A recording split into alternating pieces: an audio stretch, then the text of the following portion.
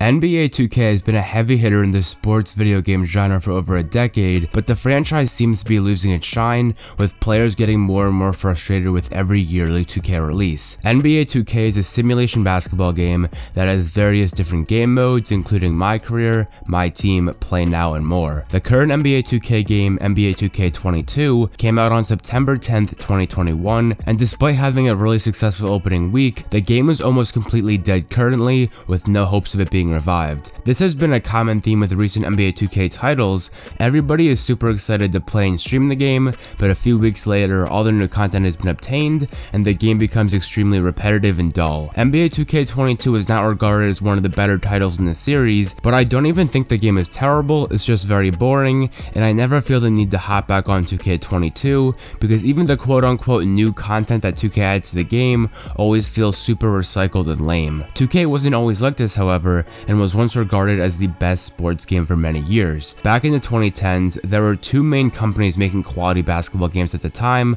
those being EA and 2K Sports. EA was focused on NBA Live, while 2K Sports was focused on NBA 2K. These two companies brought out the best in each other, and it forced them both to make good basketball games, because if they didn't, the player base would flock to the other game. These two were in constant battle with each other up until about 2010, when game developer Mike Wang went from working on NBA Live to working on NBA 2K11 the next year. Mike Wang is one of the main people who helped elevate NBA 2K over NBA Live, and NBA 2K would go on to be one of the most loved 2K games of all time. The game was released on October 5th, 2010, and is obviously extremely outdated if you were trying to play it today, but for that time, it was revolutionary and deserves a lot of praise. Michael Jordan was on the cover of 2K11, and there was a mode that allowed the player to use Michael Jordan and try to replicate some of his iconic performances. There were 10 of these challenges that you could play, and it makes me wonder why they didn't add a mode like this to future 2K games. They could have added challenges to complete that had to do with the cover athlete, and this could actually make the cover athlete mean something in the game.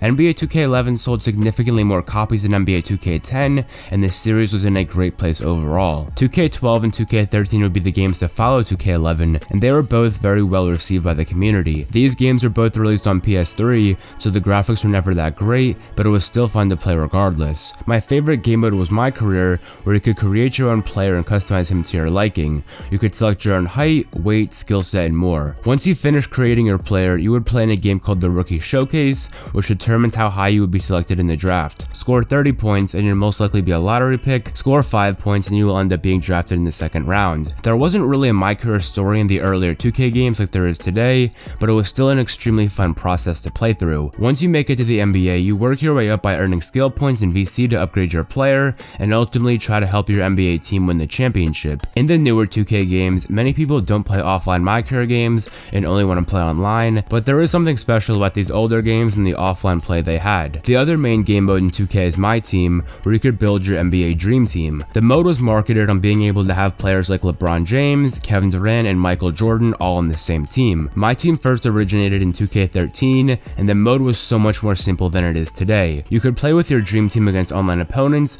or do challenges against the computer. Fast forward almost 10 years, and My Team is a pay-to-win game mode, with 2K constantly trying to get the player to buy more and more microtransactions. My Team is a money-making machine for 2K, because they always release new cards into the game, and you have to open packs to get those new cards, and those packs cost a lot of VC. My Career isn't much better, as that mode has turned into a cash cow in recent years, with it costing $50 in real life dollars to upgrade your player from a 60 overall to an 85 overall. Of course, you can do no money spent for both game modes, but if you want to compete at a high level, microtransactions are a must. Going back to 2K12 and 2K13 though, things were much simpler, and people didn't care as much about buying packs in My Team and other microtransactions. Everybody wants to be a streamer and content creator nowadays, and one of the ways to get to the top is to be extremely good at the game, so it makes sense why 2K and other video games in general have gotten much more competitive, and people are taking them much more serious. Whether that's a good or bad thing isn't for me to decide, and you can form your own opinion on that. Going into NBA 2K14, the 2K community was super excited for its release,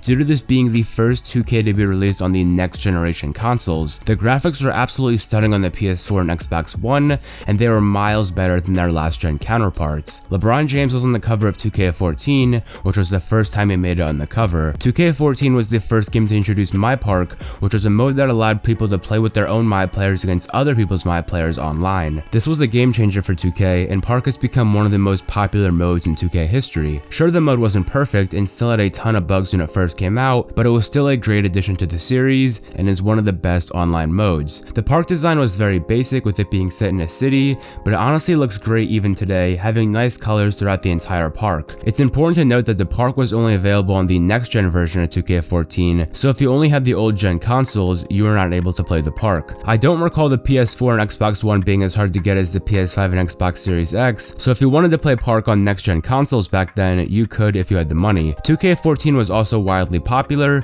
and the series kept growing as an innovative sports game. Moving into 2K15, 2K16, and 2K17, these games are considered the golden age of 2K, as they combine what the old games did so well as add new content that the fans enjoyed. My Team, My Career, and Park were still the most played game modes, and they continued to get better as time went on. There was a lot more focus put on the My Career storyline in these games, which was great for those that wanted an offline experience. Spike Lee directed the 2K16 My Career storyline, and the 2K17 storyline even included Michael B. Jordan as one of the actors. The Park game mode kept improving during 2K15, 16, and 17 with the introduction of park affiliations.